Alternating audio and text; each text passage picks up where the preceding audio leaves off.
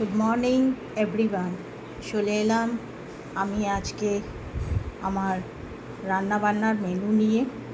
সকাল থেকে রাত অবধি যা খাওয়া দাওয়া করব সমস্ত কিছু আমার হয়ে গেছে, বিকজ আমাকে অফিসে যেতে হবে।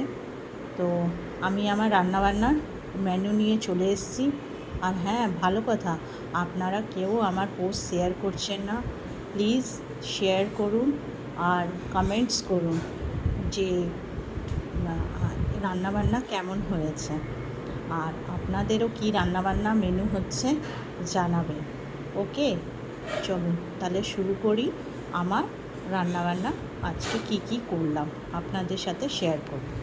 তো এইখানে হচ্ছে আমি ভাত করেছি, ভাতের মধ্যে দুটো বড়া করেছি, এটা ডালের বড়া।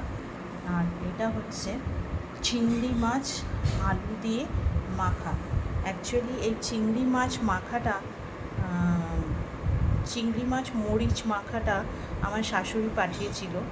তো ওটা ছিল খানিকটা। তো আমার হাজব্যান্ড বললো যে এটা আলু দিয়ে মাখিয়ে খাবে, সেদ্ধ আলু দিয়ে আরও ভালো লাগবে। তো এই চিংড়ি মাছ মরিচ আলু দিয়ে মাখা করা হয়েছে।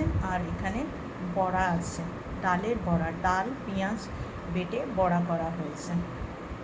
তো এই হচ্ছে। আর এখানে হচ্ছে পটল আলু পোস্ত ভাজা, ঠিক আছে। আর এখানে আমার ব্রেকফাস্টে আলু পরোটা নিয়েছি এক পিস আলু পরোটা। আর এই কলা, এটা খাবো। এই কলাটা আমার অ্যাকচুয়ালি আমার একটা ফ্রেন্ড দিয়েছে, সুদীপ্তা নাম আছে তার গাছে এই কলাগুলো হয়েছিল। কলাটা দারুণ মিষ্টি। ও আমাকে 4 পিস দিয়েছিল যে দুটো তুমি খাবে, দুটো তোমার হাজব্যান্ড। বাট আমার হাজব্যান্ড তো কলা খাবেই না, তাই জন্য আমি খেয়ে শেষ করছি। তো এই হচ্ছে আমার ব্রেকফাস্ট। আর এই দিকে আমি বানিয়েছি হচ্ছে একটু চিকেনের হাড়গুড় করেছিল, ওই দিয়ে একটু পেঁপে দিয়ে আলু দিয়ে স্যুপ মতন করে নিয়েছি।